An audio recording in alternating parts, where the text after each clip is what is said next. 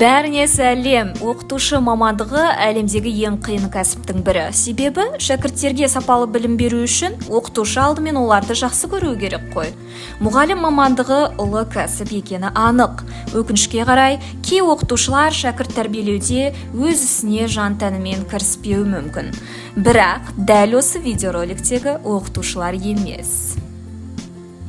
Нақтырақ айта кетсем, бүгін сіздер Абай атындағы Қазақ ұлттық педагогикалық университетінің тарихи оқытушылары туралы білетін боласыздар.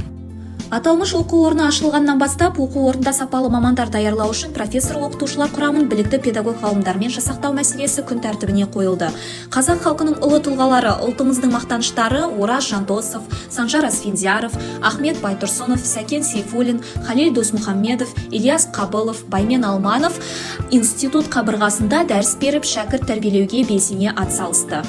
Белгілі тіл мамандары Құдайберген Жұбанов, Сәрсен Аманжолов және тағы басқа да ұлттық ғалымдарымыз профессор оқытушылар құрамының алдыңғы сапында болды.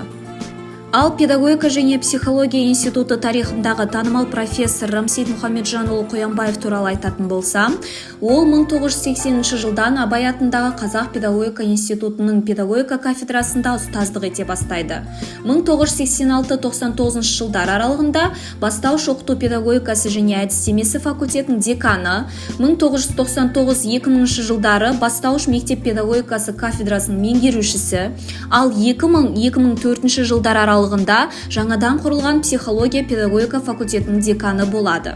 Содан өмірінің соңына дейін өзі негізін қалаған мектепке дейінгі бастауыш білім беру және педагогика кафедрасында профессор қызметін атқарды.